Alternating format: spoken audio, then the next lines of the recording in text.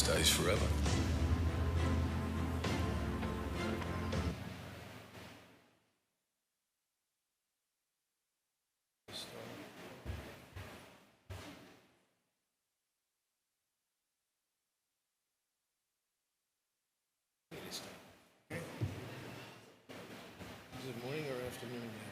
Yeah, afternoon. Good afternoon, everybody. Welcome. I hope we'll have a really good session. This is the top paper #1 session for those who just wandered in. And the presentations are going to need to stay on time, so we all stay on time for this session. And we'll have plenty of time for questions and answers. So without any further ado, if we could have the first paper. Alex, hey Alex, how are you? And this is Teleport Your Residents to the Operating Room from Anywhere, live streaming surgery of sleeve gastrectomies in immersive virtual reality.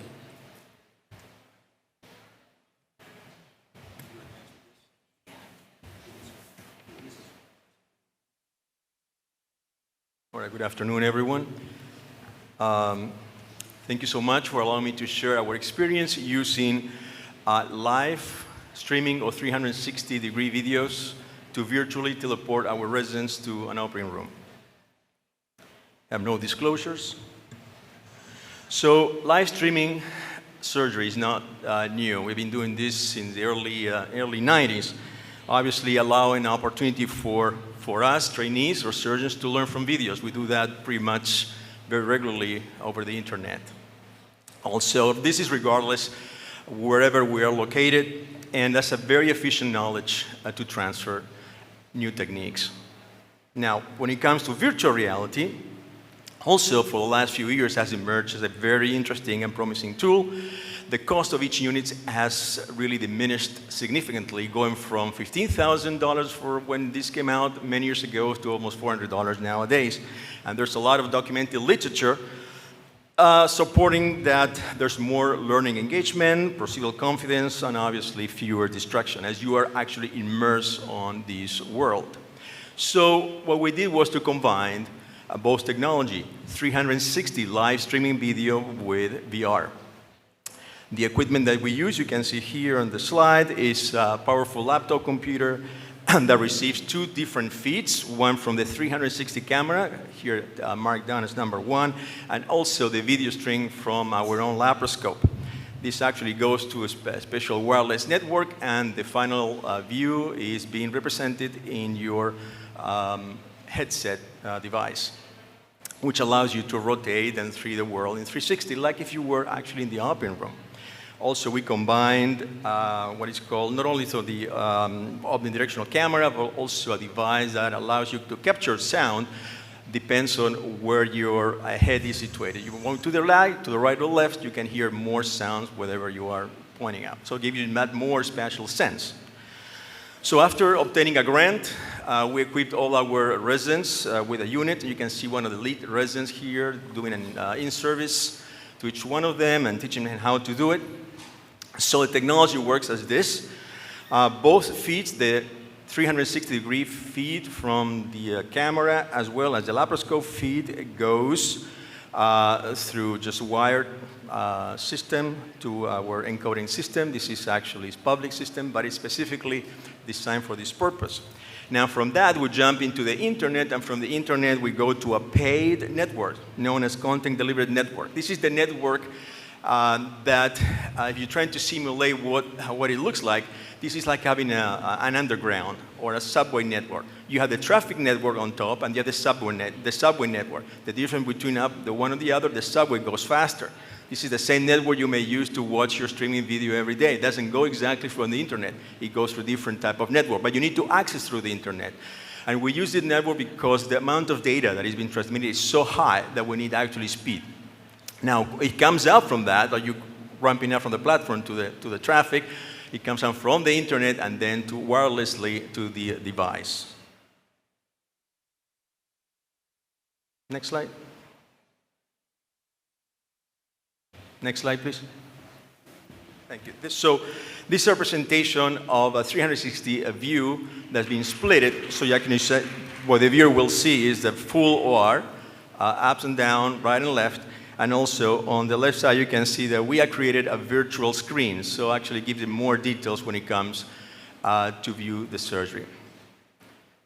So here is actually a video clip that trying to represent the trainee looking different aspects of the room. Can go right, that's our virtual room. We're doing actually a sleeve gastrectomy at this point. So actually can see and interact with the surgeon through audio as well.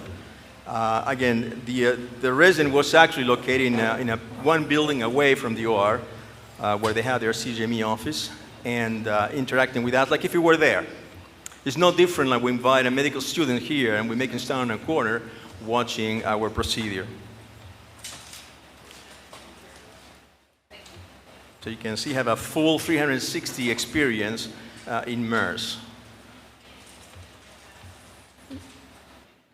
So we have 15 residents that were experienced these 10 sleeve gastrectomies. The delay was very minimal. We have 25 seconds latency between one action and the other. And it's because that's what we were able to afford in terms of money on the network. You can have a 300 milliseconds delay, but the cost will be much higher. We just wanted to prove that for proving the concept was enough for us. Obviously, there was no impact in terms of delay when it comes to surgery. There was no difference between surgery broadcasted or non-broadcasted live. So then after surveying our residents, 80% of the respondents would recommend virtual reality for viewing surgical cases remotely. 80% view this as a useful adjunct to surgical training. 60% indicated heightened appreciation of details of the OR versus 2D videos, which I was surprised, but 80% indicated that VR format was not a distraction for their learning. I'm not surprised about that. If I want to learn a language, the best thing is to be immersed as opposed to 10 classes online. And lastly, go back here. Lastly, 47% of respondents experienced some symptoms from using the VR, including some headaches and eyes. And this is because, on high strain, it's because the surgery takes more than an hour and the equipment right now is very, very heavy and tied to your head actually can be a little bit annoying. But as technology advances, the units will become lighter and smaller. So I don't think that's going to be an issue in the future. In conclusion, this type of technology, we combine live 360 video streaming with VR, can be accomplished with consumer-level hardware. We don't have to go and buy specific equipment. It's just off the shelf for any electronic shop. Allows more surgical learners to be immersed in live surgical procedures without encroaching on the physical limitation of the open room. You can bring as many people as the network allows you to bring. And many users may use this as a new paradigm of surgical education. I believe that that's the new step for surgical training. Thank you very much. This paper is open for questions.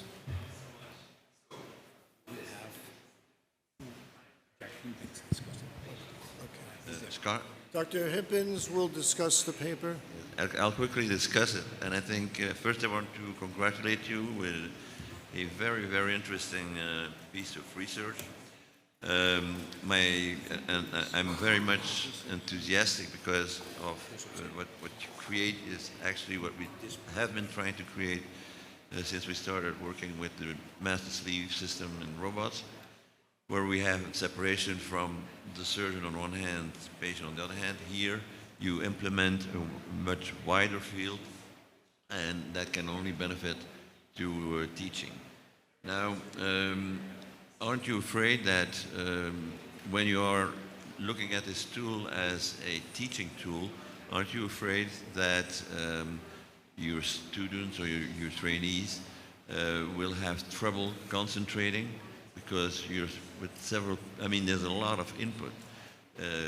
The trainees are sitting in the room, they're talking obviously, and the picture that they get, the stream that they get, there's so much information that I wonder if they can still actually assimilate all that and translate that into something useful.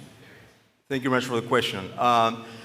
So, studies have documented already that the level of concentration is higher when you use VR than when you don't. The level of distraction is lower, again, when you use this technology as not. How many of us will recall having resident medical students in the open room and they're checking their phones, answering their phone, checking emails, talking to the nurses or among themselves, and making and losing important parts or pieces of the operation. So that gives you full immerse. But not only we've been using this technology live, also been recording procedures. Right now we are trying to establish this research where we transfer knowledge on how to put central lines. So the residents or medical student can use VR, a complete recording procedure where they can view several times, and they can actually, if they feel tired or eye strain, they can stop and come back. But every time they do it, they have a full picture of the situation. They can zoom in on this time I view them, this time I'll probably be looking at the needle introduction, or the next time I'll be probably more focusing on the ultrasound images just by moving my head, so I can repeat the sequence, and every time I look at the procedure I can learn something different. So it's very exciting. I'm looking forward to continue this research. May I ask another question? Sure. In terms of latency, you said that the latency with, your actual technology is now reasonable. What would be an irreasonable latency, and what are the critical factors? So that's a key point.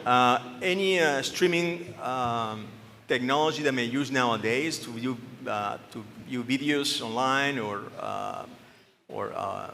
audio usually comes with 30 seconds delay between the network we're using. When it comes to live surgery, it's not necessarily the best. As you're watching a procedure, you want to ask right now what's happening, why we're cutting or sewing this and that, and having the answer 30 or 40 seconds later is not necessarily the most efficient way. But that's what we did in this research because it's a matter of cost. If we wanted to have 250 milliseconds delay, which is what the robot may use, the price for that kind of privilege was close to $15,000 subscription a year, plus whatever data was going through. So just to prove the concept as a pilot, we were fine with 25 seconds delay. We were okay with that. But the technology is out there right now. It can be done with 250 milliseconds delay. Thank you. Very well done. Thank you, Alex. Thank you.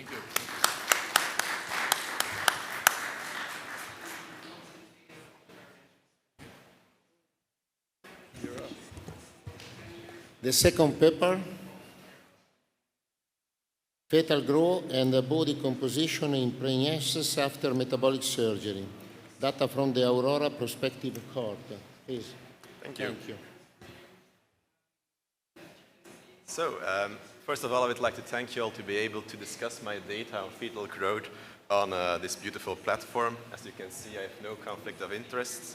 Now, the topic of fetal growth in pregnancies after bariatric surgery is quite relevant, as we see an increasing number of patients presenting with pregnancies after bariatric surgery itself.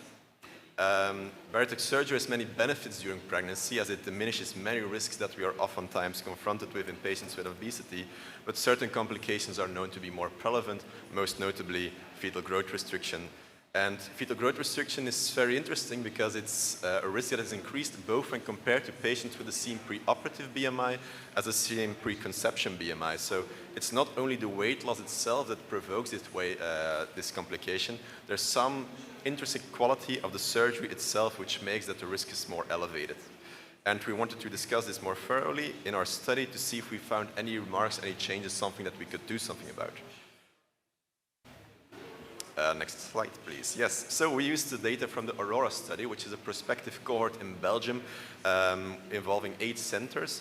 We include patients at the start of pregnancy. They get questionnaires, we take blood samples, and we do serial ultrasounds to check for many different complications. At this time, as I said, we aim to see at fetal growth, but also body composition. To examine fetal growth, we used the common way to express fetal weight throughout pregnancy using ultrasound measurements, but we added the subcutaneous fetal tissue thickness on the abdominal curve to have an indicator of malnutrition, as in previous literature, this has been described that if it is diminishing, it is a sign of fetal malnutrition. All patients in the study had the same multivitamin prescribed, and they were followed up for micronutrient deficiencies, and these were solved when found. And the growth pattern was compared between patients who had a normal weight baby and those who had a small for gestational age baby. In the end, we had 42 subjects. Here are some of the demographics and other data of our patients. As you can see, it's a very common population with a pregnancy age of about 30 years. The pre-op BMI was 41, and preconceptionally diminished to 29, so there was a nice weight loss of approximately 41 kilos after surgery. There was no real difference or no real notable thing to note about complications in pregnancy, apart from the increased risk for fetal growth restriction, as suspected. When we looked at about gastric bypass versus sleeve gastrectomy patients, they were very similar. The only notable difference was that sleeve gastrectomy patients had a tendency to have more residual obesity, while patients with gastric bypass were more overweight. Next slide, please. Okay, so, back. Back. Previous slide, please. Previous. One more. Yes, so on to the good stuff. Here you can see the growth trajectories throughout pregnancies of these patients. On the upper left side, we can see the difference in weight gain between patients who had a normal weight baby and patients who had a small for gestational age baby. And you can see that there was a significant difference from 30 weeks onwards. More interestingly, we saw a difference in the abdominal circumference throughout the entire pregnancy in patients who had a normal weight and patients who were small for gestational age. When we looked at the subcutaneous fetal tissue thickness, interestingly enough, we found that it did not increase after 28 weeks in patients who had a small for gestational age baby, which meant that from that moment onwards, there was a relative decline if we compared the thickness of the subcutaneous fetal tissue thickness to the abdominal circumference. And this has been noted in previous literature as being a sign of malnutrition. And you can see the lines diverging quite noticeably. For those interested, I also did a comparison between just gastric bypass and sleeve gastrectomy. There was no real difference noted, apart from a lower subcutaneous fetal tissue thickness in patients with gastric bypass, but this failed to reach significance. So there is some difference in these patients. Next slide, please. Yes. Our data are very similar to those found in a previous study by Lekaya Schatten in 2020, who compared the fetal tissue thickness of gastric bypass patients to patients with a similar BMI and patients with obesity. And she saw that there was a less of an increase in this tissue thickness after gastric bypass when compared to these control groups. And the same thing was found when they compared the tissue thickness versus the abdominal circumference, meaning that in gastric bypass patients, there was a relative decline indicating malnutrition. So this means that we have some interesting things to look after. Can I get my next slide, please?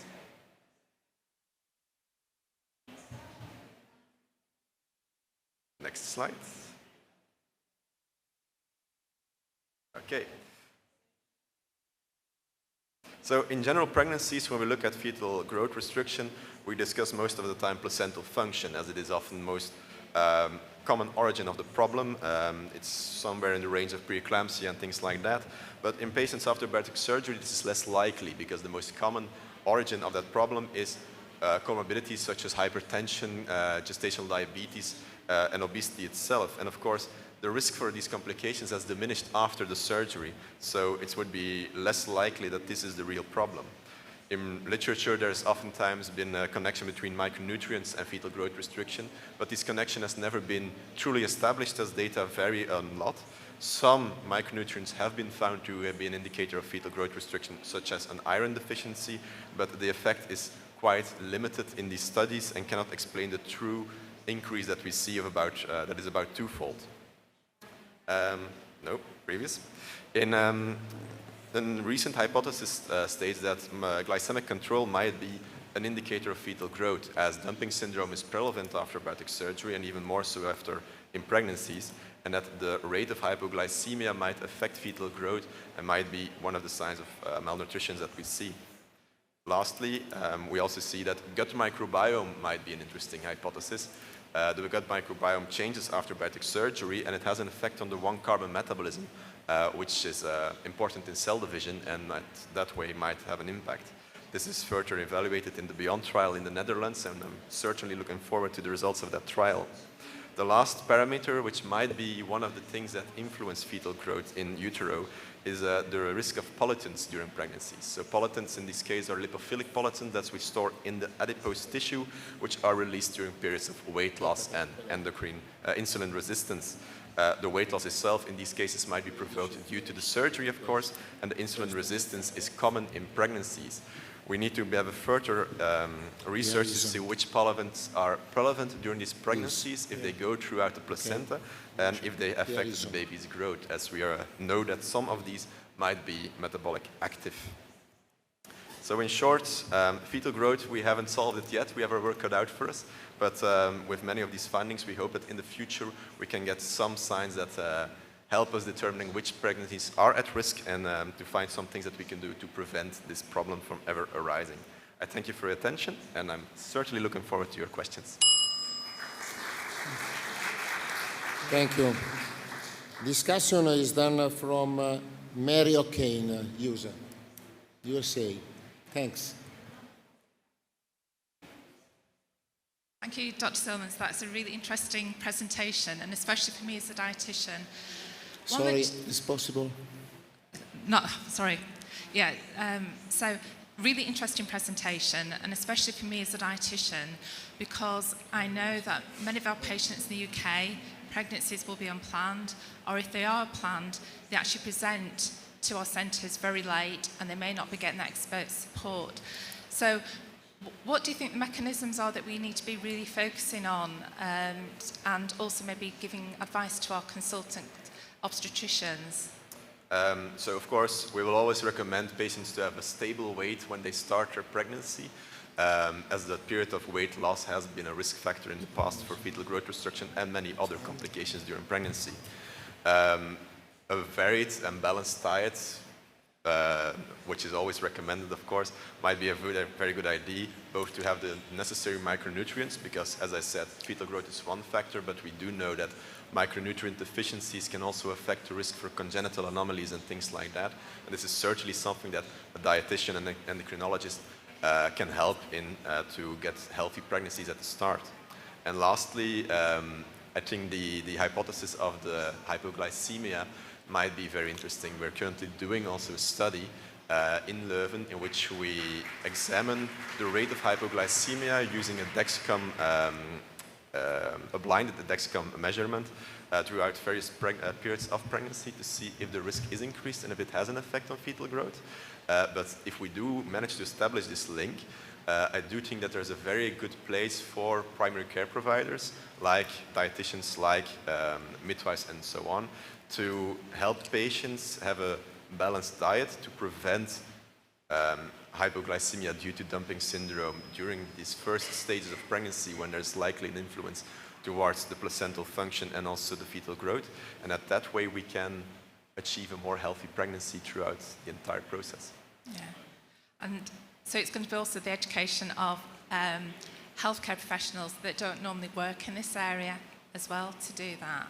Yeah, I think that this is a subject that we can have a lot of gain for our patients, to really do a multidisciplinary approach, to get all the members of that team involved. And then I mean the midwife, I mean the GP, I mean gynecologist. I'm certainly a fan of gynecologists because I'm one myself.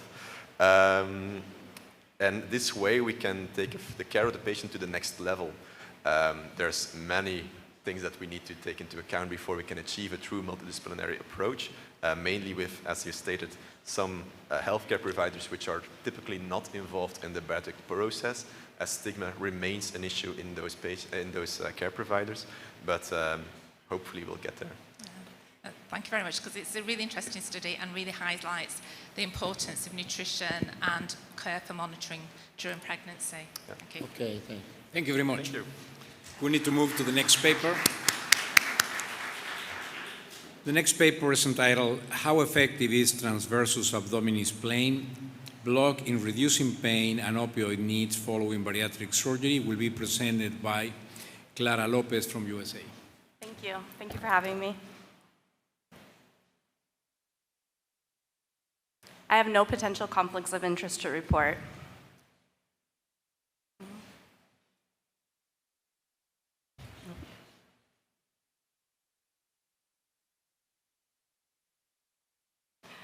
So previous reports have shown that ultrasound-guided tap blocks have been found to reduce surgical pain and post-operative opioid needs. We incorporated tap blocks as an adjunct to our multimodal analgesic regimen, but discontinued its use after failing to observe a beneficial effect on pain management. We have now re-examined changes in pain management since discontinuation of the procedure. Our study objectives were to compare post-operative pain scores and opioid needs between bariatric patients who had a tap block and those who had surgery following discontinuation of the procedure. This study was a retrospective data analysis of surgeries performed with or without tap blocks between April of 2022 and December of 2022. Our ultrasound-guided tap blocks were performed by our anesthesiologist after inhaled anesthetics, but prior to the first incision. They were completed using bupivacaine, 0.5 injection, and our non-tap block patients did have a local lidoderm injection. Our patient population includes 75 tap block patients and 74 non-tap. We had 68% were female, 32% were male, 62% had a gastric bypass, 38% had a sleeve. All surgeries were performed totally robotic by a single surgeon using the Da Vinci Xi robotic system. Both our tap and non-tap block patients were under an identical multimodal analgesic protocol and enhanced recovery protocol. Our enhanced recovery protocol includes high carbohydrate drinks prior to surgery, a limited fasting period of only 2 to 3 hours before surgery, and a scopolamine patch placed the night before surgery. In the pre-op area, these patients received 1,000 milligrams of acetaminophen, a Prepitant 40 milligrams, and 10 milligrams of dexamethasone given at induction. Post-operatively, these patients received a second dose of dexamethasone. This was scheduled 8 hours after the preoperative dose, and they had a third dose that was available as needed for nausea and vomiting. We also had ondansetron scheduled, Q6 hours, 8 milligrams, acetaminophen, 1,000 milligrams, Q8 hours. We limited narcotics only for severe pain. We tried to stimulate early GI stimulation with clears in the post-anesthesia care unit immediately following surgery, and protein drinks were started at 4 hours post-operative. Early and frequent ambulation was also included. Our measurements included our patient characteristics, our operative times, our length of stay, peri and post-operative complication, readmission, reoperations, mortality. Pain management, including pain scores and opioid usage, both in the PACU and on the hospital unit, were also included. Our characteristics in terms of age, weight, and BMI were very similar. Our age, 45.3 compared to 45.9 in our non-tap block patients. Weight, 127.2, 124.4 kilograms, and BMI of 45.9 and 45.6. Where we did see a slight difference was in our comorbid conditions with higher incidences of sleep apnea, type 2 diabetes, hypertension, and high cholesterol in our non-tap block patients. Op times, very similar as well, 79.0 compared to 82.2 in our non-tap. PACU times were non-significant, 148 to 161, and our length of stay in both groups, 1.15 to 1.13, non-significant findings. We did have a couple more readmissions in our non-tap block patients, as well as some complications, including a small bowel obstruction and an intra-abdominal abscess.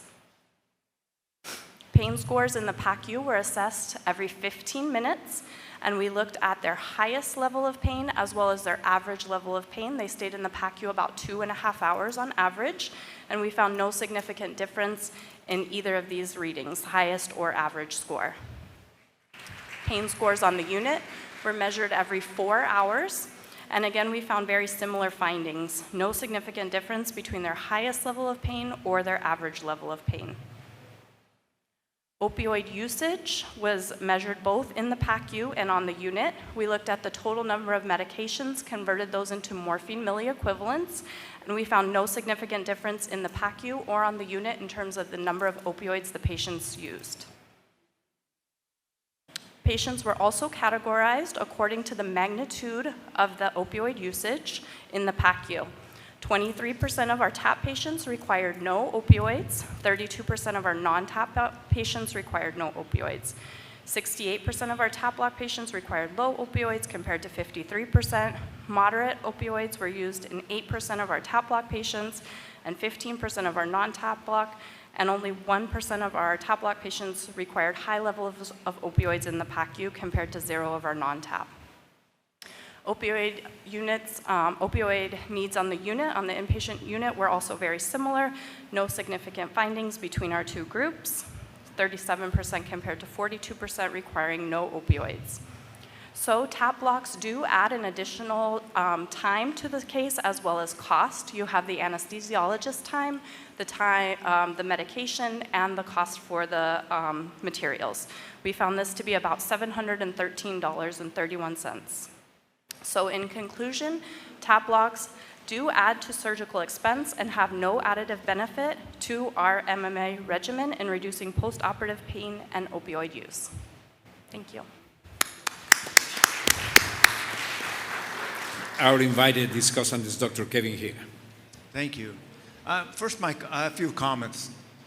I love to see data that bucks the common theme that we all believe in. When you provide us data that tells us something totally opposite, it makes me wonder, okay, what have we got wrong? What are we questioning? Rather than just to simply criticize, you're doing something wrong. The second thing, this is the foundation for quality. It doesn't matter that this randomized trial, this OR does this, in your operating room, in your patient population, with your anesthesiologist, you found no difference except cost, and that's all that matters in your center. And you're lucky to have robust enough data to do this for an individual surgeon. Most places do not do this. We rely upon anecdotal data most of the time. But I will say, you were also, in your retrospective, prospective trial, you're under the regulation of the anesthesiologist performing the TAP. Right? I have to ask, there is no difference. Maybe they don't know how to do it. Maybe they didn't do it well. And clearly, you can do a TAP block very easily without ultrasound guidance once you have the laparoscope in. Mm-hmm. And I would suggest that perhaps maybe doing this study in a randomized prospective, but only doing the TAP block with yourself, less time. But it's still a significant increase in time even when you do it. Yes, and we did discuss that in our program with our surgeon, saying that could be one of the factors in this study. So thank you. Thank you very much.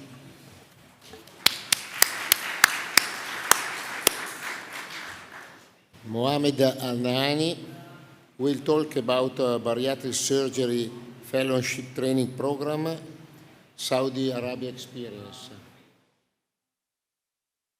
Good afternoon, everybody.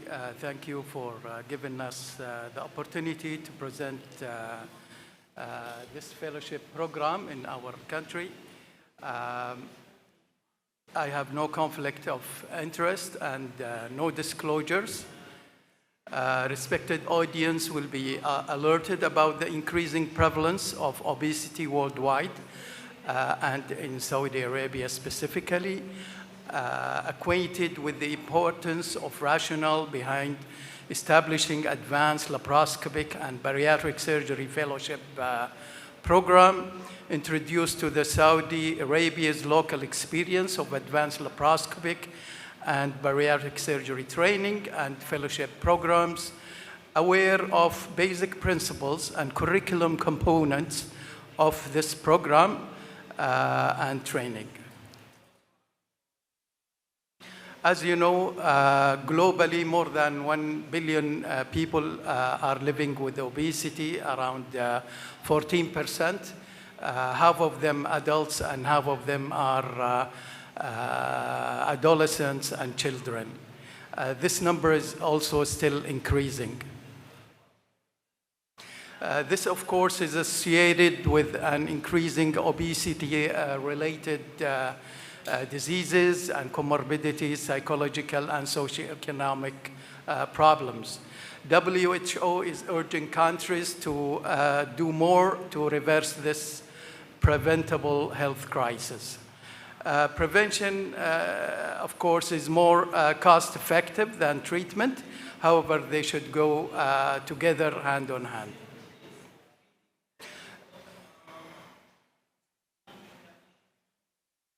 Can you go back one slide, please?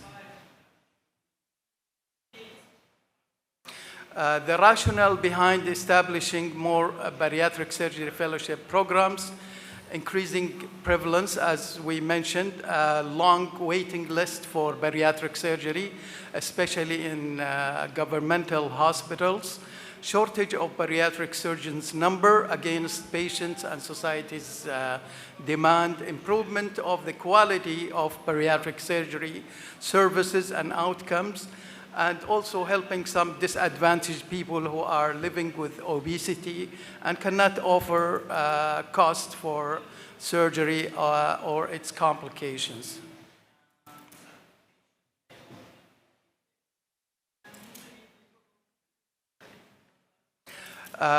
The Saudi local experience, the first program for minimally invasive and bariatric surgery was established at King Saud University and affiliated hospitals in January 2015.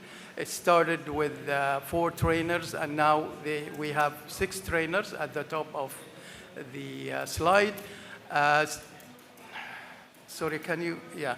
Since that time, we have admitted 2 fellows each year until 2022, when we have increased the admission to 3 fellows per year. Up to 2022, we have graduated 14 fellows, and currently 6 active fellows are under training. They are exposed to a variety of cases, including sleeve gastrectomies, bypass surgeries, SADI redos, and emergency bariatric procedures. Also, they rotate through multidisciplinary teams, including GI and endoscopy, radiology, and research. The Saudi local experience continued with having a similar program that was established in December 2022 by the Saudi Commission for Health Specialties, which equals Royal College of Physicians and Surgeons in UK and Canada.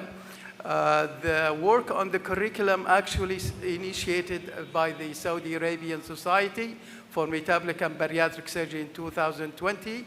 Then it was endorsed to the Saudi Commission for further development and implementation. The curriculum went through several steps of checking until get approved and launched in December 2022. The next step is for the training centers to apply through the website, checking the requirements, and to be accredited starting by January 1st, 2023. In addition to King Saud University program, 2 centers were approved so far. The number of fellows should match the number of trainers, and cases done as 1 fellow per 2 trainers per 200 cases per year. Of course, the prevalence in Saudi Arabia is high. It's about 1/3 of people are living with obesity. Surgical management is offered only to 70%, and the system is still struggling with the 30% that are not privileged to have bariatric surgery. Currently, the insurance companies are obliged to cover BMIs of 40 and above or 35 and above with justified comorbidities. Of course, the goal is for the curriculum is to guide fellows to become competent in the specialty, and we have roles for both the academic affairs, the role of the program director and trainers, the role of the trainees. Also, trainees should be allowed to share in the curriculum development, and the Saudi Commission will adopt the best models for training governance to provide the best quality training.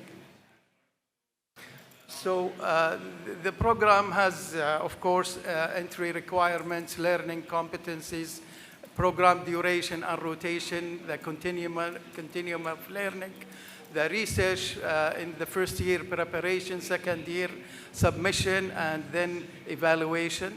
The teaching methods include the general surgery activities as well as the fellowship-specific educational activities. The assessment is formative as well as summative. The procedures logbook requirements as stated, and it may vary from one country to another. The policies, the Saudi has a full set of general bylaws. Trainers and supervisors need to apply through the Saudi Commission. So in summary, the prevalence is high, the prevention is more cost effective. However, it goes hand in hand with the treatment. Increasing demand for bariatric surgery requires fellowship programs. Bariatric surgery programs need guiding principles and curriculum development in a proper way. Thank you very much.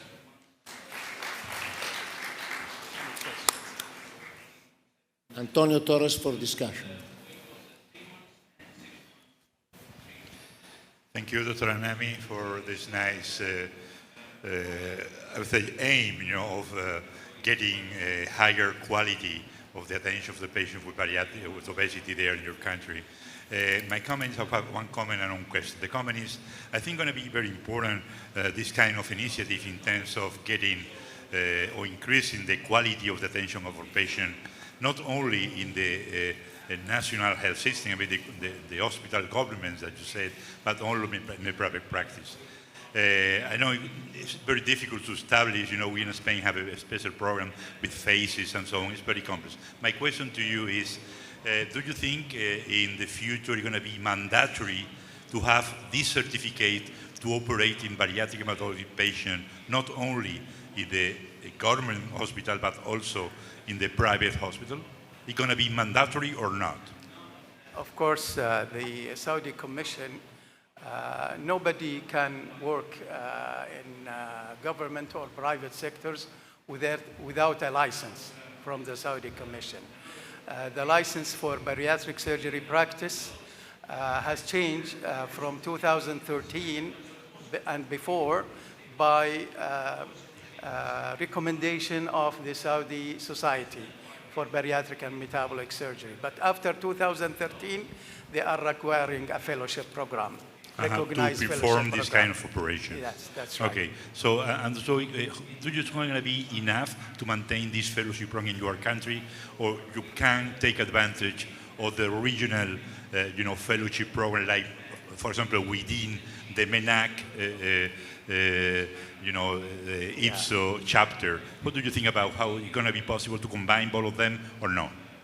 Really, that will be a good opportunity for us, and we will be proud to share with the IFSO to have a combined program. We are early in the experience, and we hope that with time we will invite more international candidates. However, currently we are inviting outsiders from Gulf and Middle East. However, we may grow bigger and invite more people. Congratulations for your strategy, because it's going to be a very important step forward in taking care of your patient in your region. Thank you. Thank you. Thank you very much. The next paper is control of eating attributes and weight loss outcomes over 1 year after sleeve gastrectomy in people with severe obesity. Dr. Lena Litvak.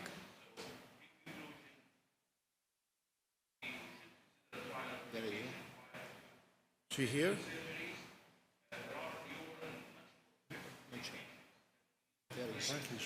Okay, we'll move on then. Bariatric surgery reduces major adverse kidney events in patients with chronic kidney disease. A multiple linked database analysis in a universal healthcare system. Dr. Young Lee.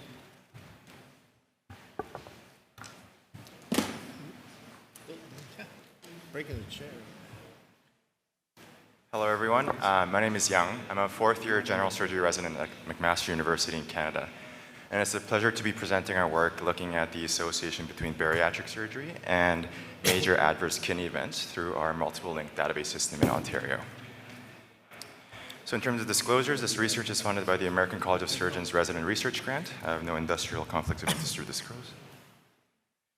So for the past decade, we've been discussing a lot about how bariatric surgery can cure diabetes, also reduce cardiac disease, and also now we're talking about non-alcoholic fatty liver disease. And I think there should be more data and research in the field of chronic kidney disease. Because chronic kidney disease essentially is closely linked with obesity and severe obesity. Because all the risk factors related to CKD is hypertension, type 2 diabetes, dyslipidemia, and so on. It can also cause a pretty big public health burden in terms of cost perspective, where it's actually estimated about $50 billion USD to manage these CKD patients, and also additional $30 billion for patients with end-stage renal disease, with dialysis, transplant, and the list goes on. Unfortunately, there is no magic drug or pill for treating CKD. It really is based on the tenets of preventing progression of disease. And that's really done in the form of primary care, such as blood pressure control, weight loss, exercise, and reducing other sort of cardiovascular risk factors as well.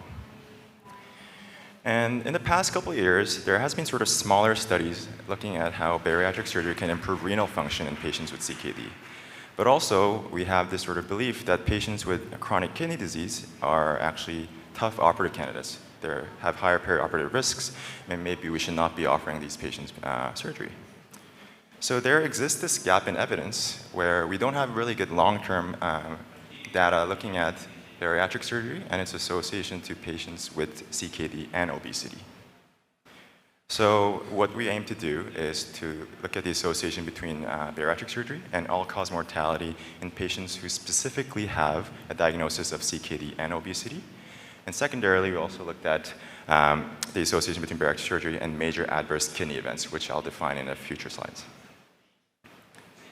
So we conducted a retrospective cohort study using the multiple linked longitudinal databases in Ontario, Canada. And just to give you a little bit of background about our health system, it is a universal healthcare system where bariatric surgery is fully funded. And all patients, in order to get bariatric surgery, needs to be referred to the Ontario Bariatric Network. And after that, the patients who qualify for bariatric surgery get distributed to centers of excellence where they undergo these perioperative assessments by the anesthesiologists, nurses, physicians, and the list goes on. So in terms of this study specifically, we included patients with obesity, so BMI greater or equal to 35, and we specifically included patients who has an established diagnosis of CKD. And this is captured through our Ontario Laboratory Information System called the OLIS database. And they had to have a measurement of eGFR less than 60. So not just mild CKD, but at least stage 3 CKD or worse.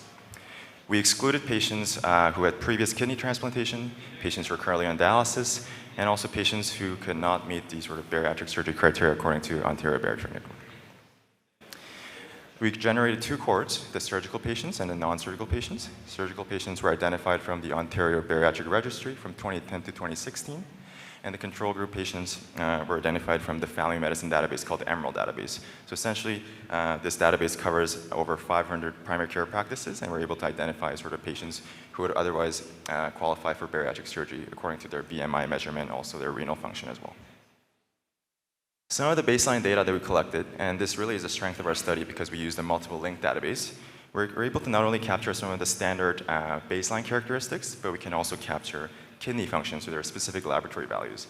We can also capture their duration of diabetes diagnosis, healthcare utilization, such as whether or not they've seen a family doctor in the past year, had cancer screening in the past 5 years, because all these factors are associated and can be confounding to mortality or major adverse kidney events as well. So the outcome we looked at is mortality, and then the secondary outcome is the major adverse kidney events. So this is a composite outcome of mortality, 50% decline in EGFR measurements, meaning, for example, at the time of enrollment, their EGFR was 60, and a couple of years later, if their EGFR dropped to 30, then that would count as an event. Also, we looked at new dialysis initiation, admission to the hospital with MI or heart failure, and admission to hospital with acute chronic injury, kidney injury as well. We conducted sort of the statistical analysis using chi-square for unadjusted outcomes, and for adjusted analysis, we use multivariate logistic regression, controlling for some of these variables that I talked about prior. And in terms of the follow-up time, this is important, where it was measured as an index date from first occurrence of the primary outcome event, which is the death, or end of the follow-up period. So for the surgical group of patients, the index date is the date of surgery, and for the control group patient, it's the date when they saw a primary care physician, and that their BMI was measured, and then their EGFR was measured. So in terms of results, we're able to identify just under 1,900 patients without surgery, and around 560 patients who received bariatric surgery. About 73% of the patients had gastric bypass, and this percentage is not surprising because in Ontario, majority of the patients do receive gastric bypass.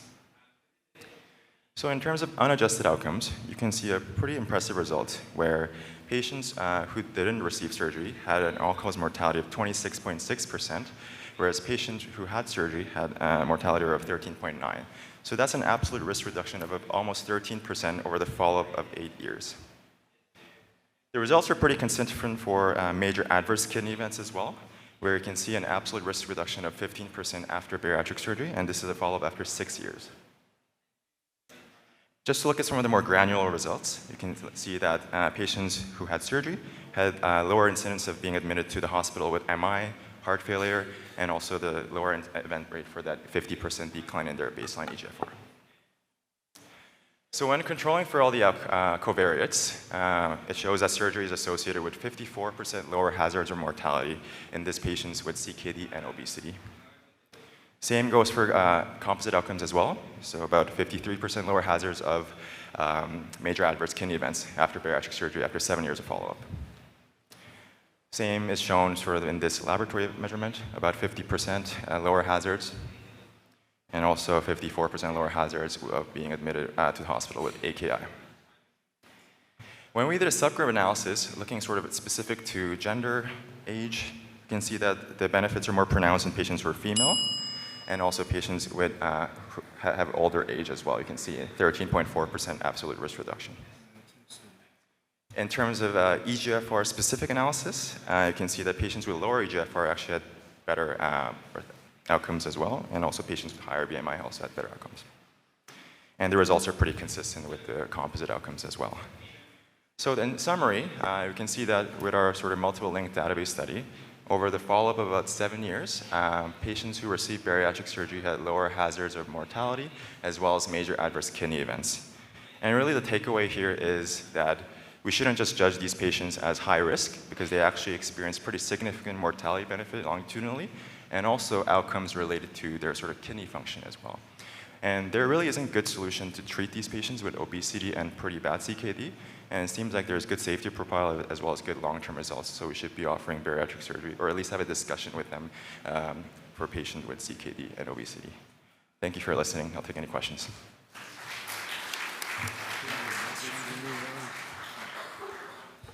The discussant has not shown up, so I think we'll just thank you very much for your presentation. Thanks. We'll move on. So the next paper is de novo gastroesophageal reflux after sleeve gastrectomy, correlation with bougie size and stapling distance from the pylorus. A systematic review and meta-analysis will be presented by Renato Rory Silva from Brazil. Thank you so much. I want to greet the chair and the moderators of this session and the audience to be here. And I will talk about the complication de novo gurge and after sleeve gastrectomy, correlation and the Bugy size statement distance from the pylorus. This is systematic review and meta-analysis. And this is the authors. Sorry, I'm trying to... No disclosure for this presentation. There is a persistent concern after sleeve gastrectomy regarding the de novo gurge, especially what's the real rate of this new complication. And everybody knows there is a patient with a previous symptoms refer a worse gurge after the procedure. It's reflecting the increase of the number of the regional procedures, especially regarding the gurge after sleeve gastrectomy. There is a lot of surgical technical factors, but some of them is related with the surgeon option. The first one is the Bugy size, and the other that we can to say is the stapling. Sorry, I think the system. Oh, the stapling distance from the pylorus. And it's not as clear if these technical factors can be involved in the de novo gurge rate, or especially when you consider the long-term prevalence. The aim of this study is to assess the possible correlation between Bugy size and the stapling distance from the pylorus with the prevalence of de novo gurge 5 years or more after sleeve gastrectomy. It's a meta-analysis, it's a systematic review with meta-analysis, only for the complication de novo gurge, and we consider the paper reporting 5 years or more after sleeve gastrectomy with the results. And the retrospective and prospective studies were considered in this analysis, and most of them consider symptoms reporting, others are exams like endoscopy or pH monitoring. This is the flow diagram of the articles included, and we can see here in the beginning 74 articles, and in the end the studies that meet the inclusion criteria was 19 studies. Here is the table with all studies included in this analysis, and we can see here the important, like the follow-up rate of the patients is average of the 75%, and the total number of cases was 1,311, and the follow-up in months was 77 months. In the second table, we can see here the surgical characteristics. We can see the Bugy size used between 26 and 60 French. And the distance from the pylorus was between 2 and 80 centimeters of the remnant antrum. And overall, the pooled studies, we can see the prevalence of de novo gurge almost 24%. I think this, with the interval of confidence between 16 and 31. We can see here the both factors analyzed, Bugy size in the left side and the stapling distance from the pylorus in the right side. And Bugy size we split in 3 different groups, less than and equal 34 French, between 35 and 69 French, and more than or equal 40 French. And we identified a trend of increase the prevalence of de novo gurge, but without statistical significance. When you analyze the antrum, antrum with less than 3 centimeters, we identify that 10% of the de novo gurge. When you analyze the antrum with between 4 and 5 centimeters, you can see 21% of the de novo gurge prevalence. And when you analyze more than 5 centimeters of the antrum, we identify that 39% with a statistical significance. And the second part of the study, we are doing the named meta-regression is the same that you have done in the statistical source with a linear regression. When you analyze the cofactor of Bugy size with the de novo gurge, if we have a linear relation between them, and we didn't identify the relation with this cofactor. When we analyzed the stapling distance from the pylorus, we identified a really linear correlation with this cofactor with a statistical significance, and we can allow us to say that each 1 centimeter increase 80% in de novo GERD rate. As a conclusion, the overall prevalence of de novo GERD for 5 or more years after sleeve gastrectomy was at 33.7%. No correlation was identified between bougie size and de novo GERD, and the important correlation was identified between first stapling distance from the pylorus and de novo GERD, and where each 1 centimeter of the antron increased 80.1% of the prevalence of de novo GERD. Prospect studies are needed to assess the exact impact of the surgical technical factors in the sleeve gastrectomy outcome, especially in the complication. Thank you so much. The paper will be discussed by Dr. Michel Gagné. Yeah. Michel. Yeah. Thank you. I appreciated this meta-analysis. I had some criticism. I know that you did not discuss or looked at hiatal hernia. Hiatal hernia, if they were repaired or not, and what was the impact on reflux in this meta-analysis. Most bougie size, although you looked at 32 to 40, but most of the people are around 36, 38, so I'm not sure if it's enough to make really a discriminate about the bougie size. In your meta-analysis, you did not include a lot of the randomized control trial that looked at antrum sparing versus antrum resection sleeve gastrectomy. And when we look at these papers, it's a bit all over the map because there's gastric emptying studies that look like when you do antrum resection, for example, the gastric emptying may be higher than sparing, or in some papers, it's totally the reverse. So how do you correlate the reflux with some antrum sparing or not sparing in these randomized control trial? Maybe it has to be redone, including those. Yeah, thank you for your questions. The first one is about why, if I include the performance of the hiatal hernia repair. We remove all the case of the that has some procedure involved in the sleeve gastrectomy. The second one is about, can you remind me this?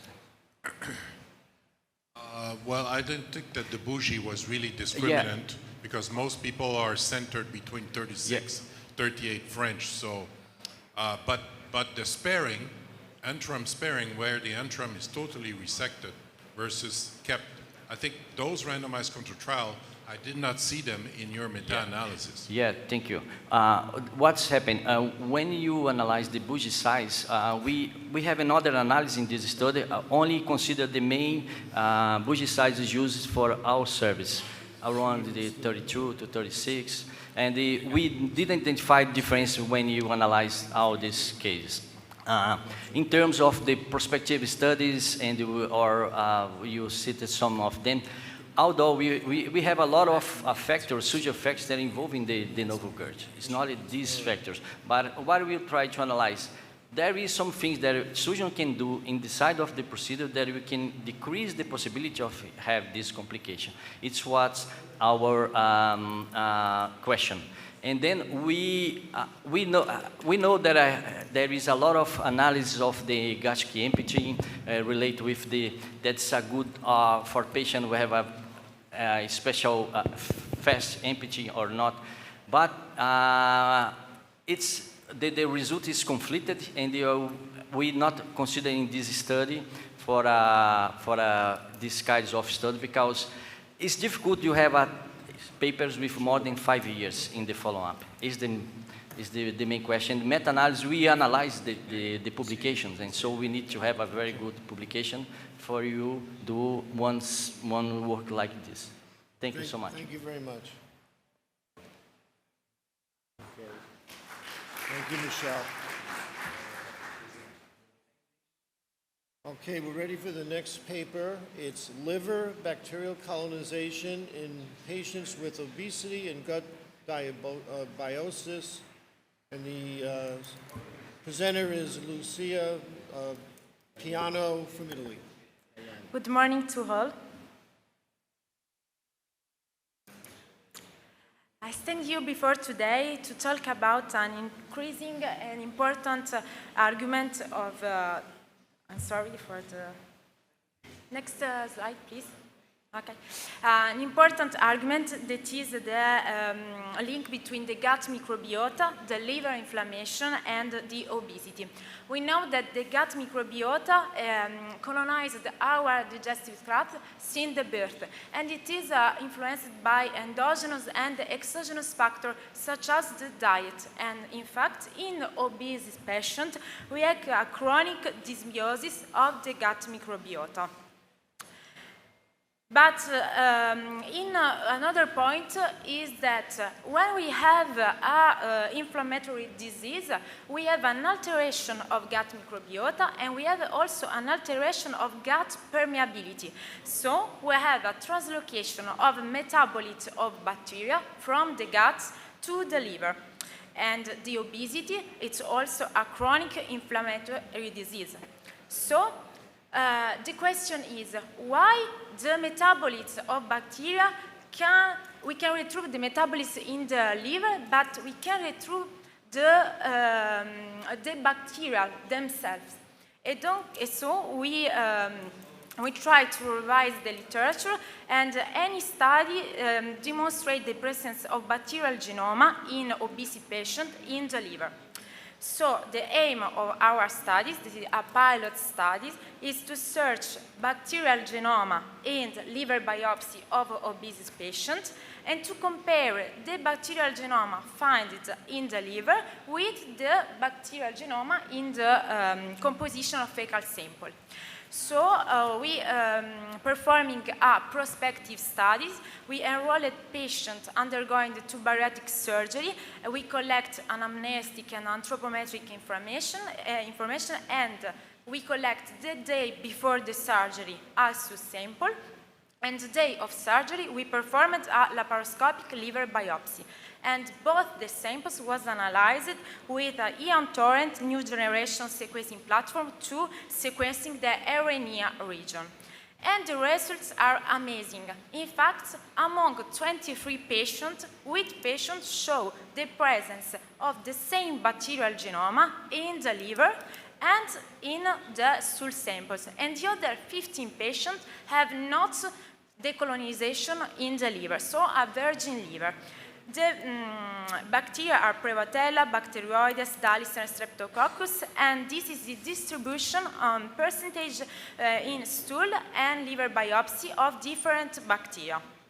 So we divided the population in two groups. Groups with the liver colonization and groups without liver colonization.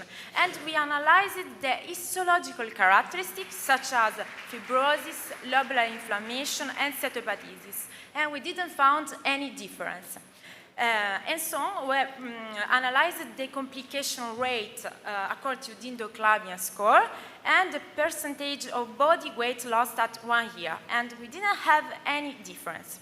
So we decided to analyze the whole gut microbiota to finding the difference. And in fact, this is the all bacteria of the microbiota of two groups, and there is a bacteria, there is Roseburia intestinalis, that is different between the two groups. In fact, the groups without the colonization of the liver has a normal status of Roseburia, but the group with a liver colonized by bacteria have a reduction of Roseburia intestinalis, so a dysbiosis of Roseburia intestinalis.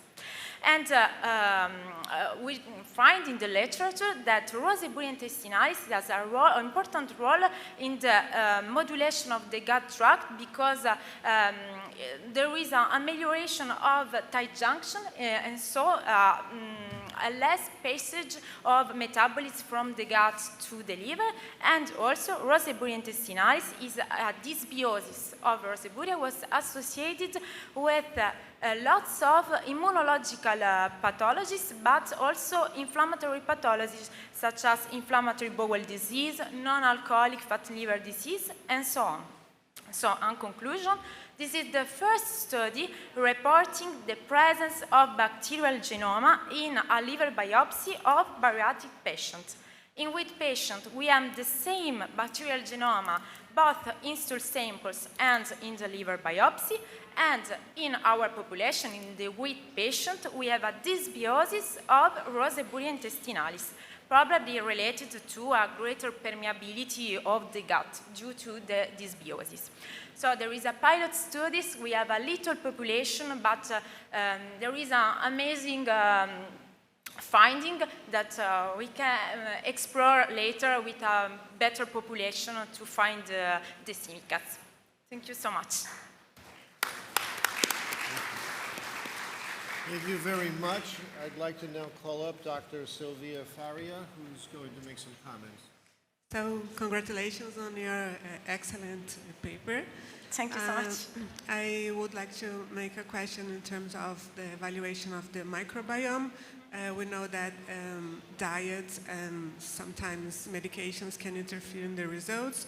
So how did you control this bias of diet and medications? Yeah. In fact, when we enrolled the patient, we excluded all patients that performed a not regular diet, because before the surgery we give a diet, standard diet to the patient, and so exclude the patient that are not good, and also all the patients with inflammation, all type of inflammation, tooth inflammation, ocular inflammation. So we have very patients without inflammation, and so the stool samples and the liver biopsy normally should be not inflamed. And also we eliminated all the contamination in stool samples too.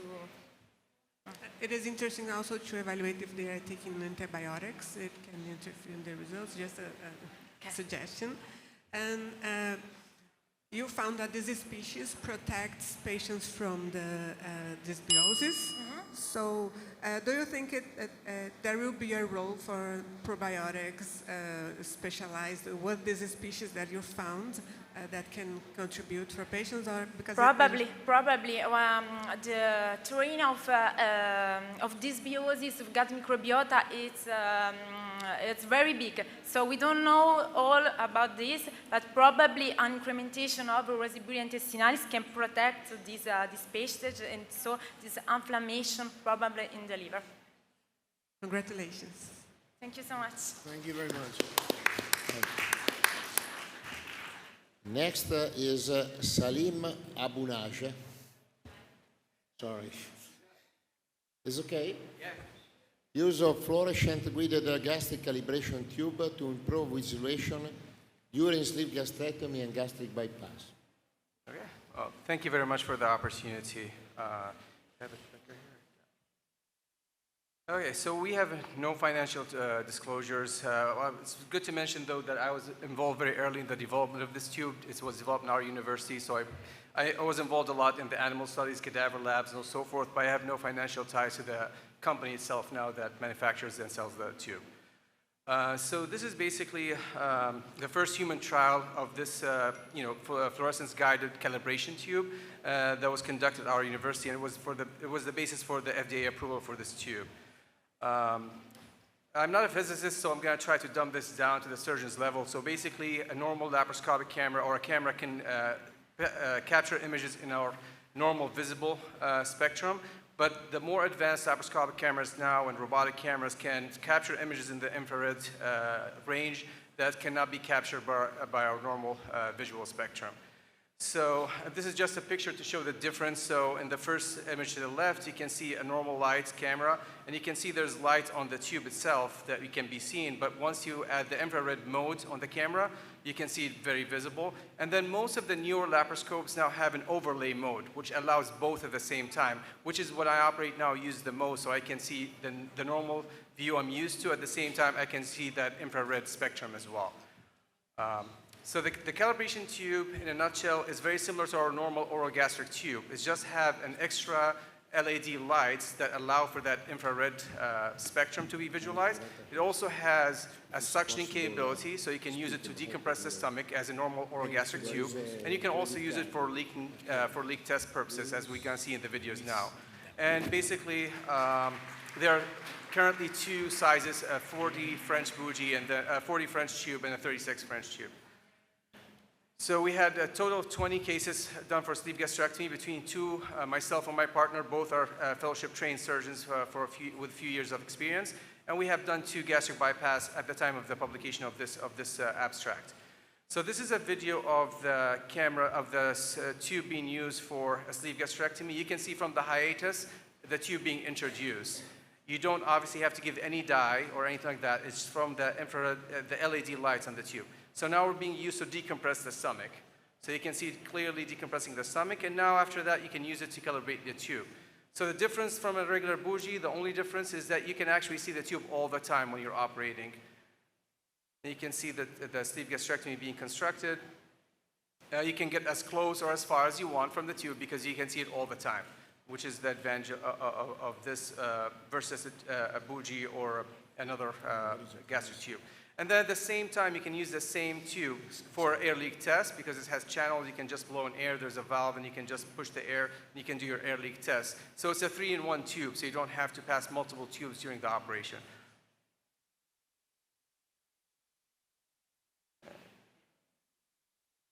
So the other video is basically for using it in a gastric bypass, where I personally, my bias is with the gastric bypass. I like it for the gastric bypass a lot. It helps me with the pouch construction.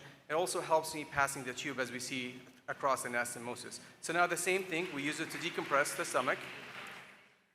And then you can see the tube has marks on it that helps you with the measurement of the pouch. I'll have to say there might be some room for improvement in those marks so you can see them more clearly. But you can see here, this is the pouch being created. You can see the tube being passed down here, so can easily be seen. You can see the marks on my grasper to measure the gastric bypass pouch.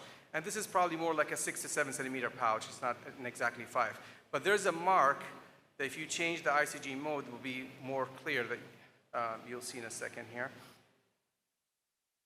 It's a second fire. And again, at all time, you can see the tube.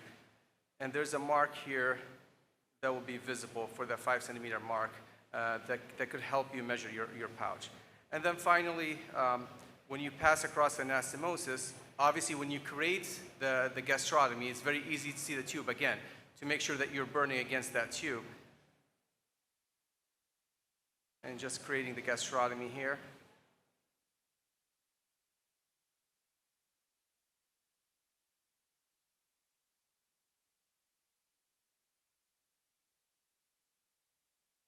And then passing the tube across the anastomosis. Even when you close that anterior layer, I try to, most of the time, pass it early just because we have a lot of trainees with us and so forth, but you can see how you can easily see the tube going through the anastomosis.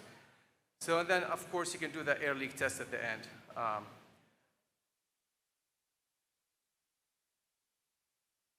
And basically, you just do the air leak test. So basically, in the 20 cases, there were no significant adverse events. There was 2 surgeons being used, and 7 anesthesia teams were used. Again, there was a lot of turnover in our room. 100% of the surgical team that participated kind of rated the visualization as a much better. 82% of the anesthesia provider also rated the visualization as good or very good. 71 of the respondents would more likely, they think will more likely avoid adverse events. And then, the average likelihood of all people that participated in recommending this was about 9 out of 10. I added these little video clips because I think they're very important. And this is just showing me during my training with Dr. Higa, stapling across an OG tube, and which shows you how this could be an issue and that perhaps would have been avoided if we were able to see the tube. And I'm going to just fast forward through this part where he kind of managed to get the tube out. And then one other clip, I was going to show a myotomy where the tube passed through the myotomy after doing an achalasia case and doing a gastric bypass, trying to find that tube, and the myotomy got pushed through and punctured the tube, the myotomy. So my point is basically, I think even though that's very hard to show in studies, I think having a tube that you visualize all the time will most likely help us cut down on these adverse events of stapling the tube or puncturing the esophagus and so forth, even though that will be very hard to capture in a study because you need to do thousands and thousands and thousands of cases of this to show that. But I think one event that we can avoid by using a tube that we can see is probably worth investing in the tube, and using it, especially if it can do the exact same function in any other tube besides the visualization. And that's about it. Thank you very much. Thank you. Very well done. Raul Rosenthal for discussion.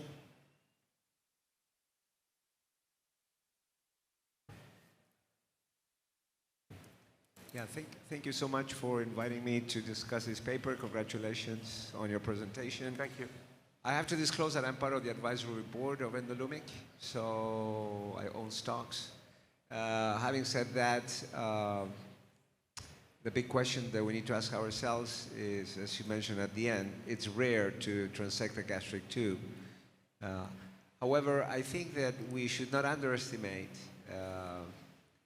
how important it is to see better in the operating room. And I think that when you do a sleeve gastrectomy, to have the opportunity to see the tube is like driving at night with your headlights off. So if the headlights can be on, why not? If you're going to use a tube, why not a tube that you can see, you can move and appreciate when it's moving? The question that I have for you are, number one, are you now documenting how you're doing this operation now that you can see the tube better? How are you documenting? Are you recording this? And are you planning to do a prospective trial, regular bougie versus this, I would say, fluorescent bougie? Yeah, the answer for your first question is yes. When we did all these cases, we documented that we used a fluorescence-guided calibration tube. There isn't anything mentioned like this before, so we had to come up with the name and the documentation. Well, we said that, but we didn't mention anything more than that we used that fluorescent guiding calibration tube to help with visualization and creating the sleeve. In terms of prospective trial, it's definitely something we're thinking about, but now there's no solid plans of doing it. We have to go through the whole IRB and all the planning and so forth that comes with it, doing a prospective trial. But it's definitely something that's worth looking into. And I really want to just hone in on what you said about, it's not just about avoiding the rare incidents. Again, I don't see a downside of doing a sleeve when I can see the tube all the time. It definitely helped me personally, subjectively, get closer to the tube if I think I'm going too wide, or getting maybe a little wider if I think, so there's definitely, I don't see a downside of using a tube that will allow me to see it all the time and allow me to do other functions like in any other tube. So that's kind of the short answer, even though that's hard to show in a very big study with a large number of people. Salim, how much does this tube cost? Well, I will defer all those questions to the Endolumic booth. Again, I have no financial ties. I'm not involved in this, but my understanding that the cost is equivalent to whatever is in the market, if not maybe less, like the Visage or other tube, as far as I've been told. I know as of now, there are so many institutions that are trying it, and the rate of conversion, from my understanding, is about 100%. So if you try the tube, there's 100% that you're converting to that tube, at least from the 13 that I've been told. And I've been told by the end of the year, there are going to be about 40 to 50 institutions in the U.S. are going to be, either trying it or using it. So it's very fast, which is I myself was impressed about how fast people, once they try it, they adapt it and they use it. Thank you. Thank you. Yeah, you're welcome. Before we move to the last paper, is Dr. Ruiz Quintana in the room? For you? We have a gift for you. Yeah, I have to buy everybody lunch. Okay, so the last paper of this session is the impact of bariatric surgery on maternal, fetal, and infant outcomes, a population-based matched cohort study. Will be presented by Aristides Doumaras. Perfect. From Canada. Thank you. And thank you everyone for coming to this presentation today on the impact of bariatric surgery on maternal, fetal, and infant outcomes. So this was done in Ontario, so actually I get to spare some of the details of what my colleagues already explained, Dr. Lee, with the Ontario system. We're very privileged there. We have an excellent data structure where everyone in Ontario is followed with their health card number, and we have multiple linked databases and can link surgery to pregnancy. We also have one of the best pregnancy prospective databases in the world, where every patient gets entered, so every birth in Ontario gets entered into this prospective database. And thank you to my colleagues for helping me out with this study. There we go, okay. I have no conflicts of interest. So background, as you all know, obesity during pregnancy is associated with a variety of adverse pregnancy outcomes. The biggest ones for the mother, of course, are gestational diabetes and preeclampsia, but also this extends to the birthing itself, where you have higher C-section rates, perineal tears, other outcomes, as well as baby outcomes with lower APGAR scores, among many other birth outcomes that can occur. And we also know, as everyone's here, bariatric surgery is the most effective obesity treatment. And so our purpose here today is to look at and examine the association between bariatric surgery and maternal, fetal, and infant outcomes. So what we did here was leverage that Ontario multiple database system that we have. So it's a provincial system of 13.5 million patients. Of import, Ontario, just to add, Ontario doesn't have a lot of private bariatric surgery. It's a one-tier system, and all the bariatric surgery is also in a prospective provincial database. It's only done at 13 centers in the province, and we do about 4,000 to 5,000 cases a year there. But in that way, we capture data on basically every bariatric surgery and every pregnancy in the province. So it's a very, when we say population-based, it really is population-based. We're not missing anybody. There's also no issues with insurance or anything like that in Ontario. Everyone has access to it. So what we were able to do was do a 3-to-1 match based on age, prior parity of the mother, BMI, and previous C-section, and those were hard matches. Of import, the BMI matching was on the preoperative BMI for the patient and the BMI at the beginning of pregnancy for the non-operative control. So in that way, what we were looking at, if we had a trial in our head, was patients of similar BMI, but one had bariatric surgery and then went on to have a pregnancy. And so that's kind of, if you were thinking of a target trial that we were looking at, this is what we were looking at. And so our primary outcomes then, we had more than these, but I'll go over these for the purposes of this presentation. The incidence of gestational diabetes, preeclampsia, hemorrhage, severe perineal laceration, C-section, stillbirth, and preterm birth. So after the match, what we found was that we had 2,682 patients in our study. We generally had a 3-to-1 match for more than 95% of patients, but not every patient had a 3-to-1 match. That's why the numbers are just slightly off, even when we matched perfectly. What we found was the average age was approximately 32, and the groupings among the age groups were pretty similar. Of great importance in a study like this, which isn't usually documented or sometimes can't be documented, is that we have a BMI for the bariatric surgery patients, one preoperatively and at the time of their beginning of pregnancy. So what we're able to demonstrate in this study, even though it's retrospective, is that we actually did have a clear weight loss in these patients. So many of these studies, you aren't able to maybe account for how much weight was lost. And so these patients, the surgery patients, were matched to the no surgery patients at the beginning of the study, with both having a BMI of 47, and you can see that the surgical patients at the time of their pregnancy had a BMI of 33. So almost about a 32 to 35% total body weight loss for the bariatric surgery patients. So what we do there is we actually are showing that there was a clear weight loss in the surgical group when we're thinking of causal inference for a study like this. We see that the parity was matched on almost exactly. Most of the patients, 93.5% of these patients, underwent gastric bypass. I don't know if you noticed, but in the last study that we had in Ontario with the kidney disease, it was only 75%. We average about 82% gastric bypass in Ontario. Of course, all the patients in this study would have been young women, and so the gastric bypass rate would have been much higher than in the kidney disease population.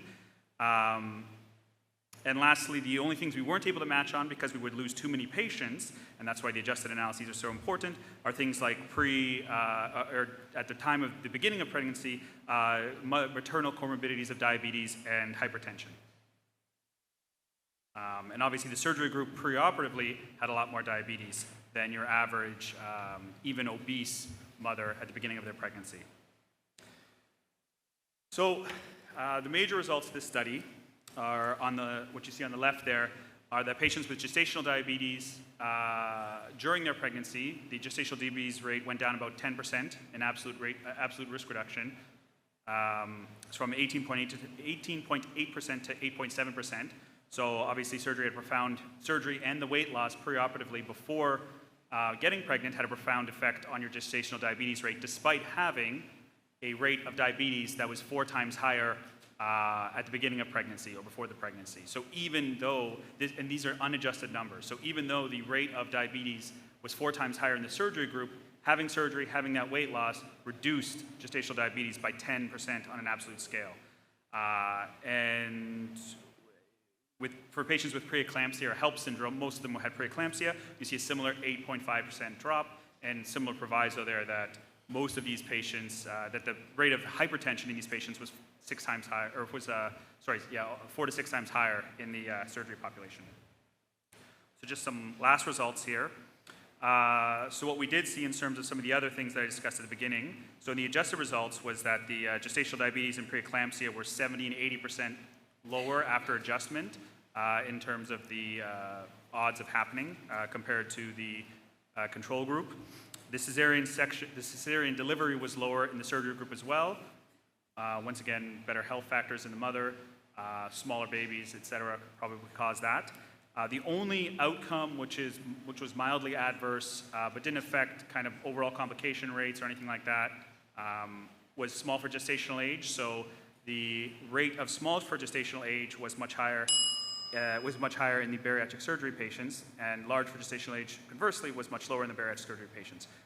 Just to add, we do have another study coming out that actually compares bariatric surgery patients to patients of normal BMI and BMI 26 to 30, and what we find is they're still a bit small for gestational age after bariatric surgery, but that's part 2 to come anyway. So just a quick discussion. The study confirms previous findings that bariatric surgery before pregnancy helps lower global risks as well as risks to the mother of gestational diabetes and preeclampsia. In the context of family planning, I think bariatric surgery is perfectly safe as there were no adverse outcomes, major adverse outcomes after or during the pregnancies. So I think definitely doing bariatric surgery before pregnancy can definitely be done and should have no bad impact. Limitations are slightly different in baseline characteristics, and surgical patients may be more likely to comply with lifestyle changes. Thank you. The paper will be discussed by Nesreen Alfaris. Thank you so much for your paper. Good science repeats itself. Oh. You can hear me, guys. Okay. So good science repeats itself. This has been shown over and over again that there are individuals with obesity who have bariatric surgery actually do better after they get pregnant, except for that gestational, for gestational age that you mentioned. And I'm really happy that you mentioned that in family planning it should be mentioned. Do you think that we have enough data to actually start recommending this in guidelines? Because most of our patients that seek treatment for obesity, whatever it is, are women. And a lot of them are in the childbearing age, but we still don't see that as a recommendation that individuals with obesity, and you did mention some pretty high BMIs there, 47 and so. So I wanted to know your thoughts on that. Yeah, I think there's definitely enough evidence to demonstrate or to say that weight loss before pregnancy is absolutely beneficial to the mother and to the baby. I think the best route of weight loss for whatever the patient is, whether it's medications or bariatric surgery or whatever procedures, should be definitely recommended before. And if the patient's young enough or their time horizon to their pregnancy is long enough, I think bariatric surgery is definitely reasonable. I think in older patients who maybe have a shorter time frame for their fertility, perhaps doing bariatric surgery and waiting for us, for example, it's an 18-month. We say don't get pregnant after 18 months. If you're 37, 38, 39, 40, that might not be the best advice. But if you're in your mid-20s and you're thinking about having a family, I think having bariatric surgery before pregnancy is, among all the other benefits, I think would be something that could be recommended for sure. And the other thing that I wanted to mention with the complications that you talked about, you did look at gestational diabetes. It's very interesting that you did that, especially with the majority of your surgeries, as you mentioned, was Roux-en-Y gastric bypass, and we would think that that procedure by itself is protective of development of gestational diabetes, but still you did have a percent that did develop that. compared to other forms of treatment, pharmacotherapy, for instance, because we are going to have, better and stronger, and we actually are having now better and stronger pharmacotherapy options. Do you think that there's a weight loss independent effect that you are seeing with surgery as opposed to what we're going to be seeing with pharmacotherapy, given that I know we don't have enough data on pharmacotherapy in these patients, but you just talked about phase 2 and normal BMI. I would, poke your thought and say, what about phase 3 pharmacotherapy matched to bariatric surgery to see those effects? So those are great questions. I think some of those are million-dollar questions that I certainly don't have the answer to today. What I will say is that certainly there are mechanisms that are weight independent. I would say based on the second research that we're going after, where we're looking at not just, we're looking at BMI in groups, like you said, comparing to normal BMI, comparing to groups that are 26 to 30, 30 to 35. And what we see is actually the bariatric surgery group, when in the context of pregnancy, their outcomes are very similar to the BMI 25 group and not the BMI 33 group, which you'd think they'd be similar to. So there are some weight-independent mechanisms that go beyond the weight loss they've had. So in other words, I think that the expected result of your pregnancy and the safety of your pregnancy is actually going to be better than the weight loss that you had from the bariatric surgery. All right, thank you very much. We're going to have to cut it off. I'd like to introduce Dr. Marina Kurian, president of ASMBS, who is the person who is going to add some comments to a paper that we had already heard, the one on the adverse kidney events from Dr. Young Lee. And thank you for allowing me the time. This paper is really so important that Dr. Lee and colleagues and Dennis, if you're here, hi, because I can't see around the room right now. But the paper was so important. Mainly, it's one of the largest series that we've had looking at chronic kidney disease and seeing that, I like the way you guys said MAKE, which is the major adverse kidney events. That's great. But we're seeing so much in the literature right now about MACE and things like that. It's also so important to note that we can operate safely on patients with chronic kidney disease and really get an improvement in their overall outcomes. And I think the paper is so timely, mainly because we are seeing so much commentary about medications and what all of these glutides are going to, and GLP-1s, and now the triple G that's coming out are going to do, but they may be limited in certain populations. And so really pointing out in such a large series how much benefit patients with chronic kidney disease have is just so important and a wonderful addition to our literature. So thank you for that.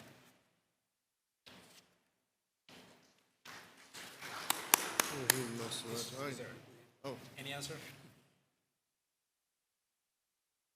Okay. Okay. Thank you, everybody.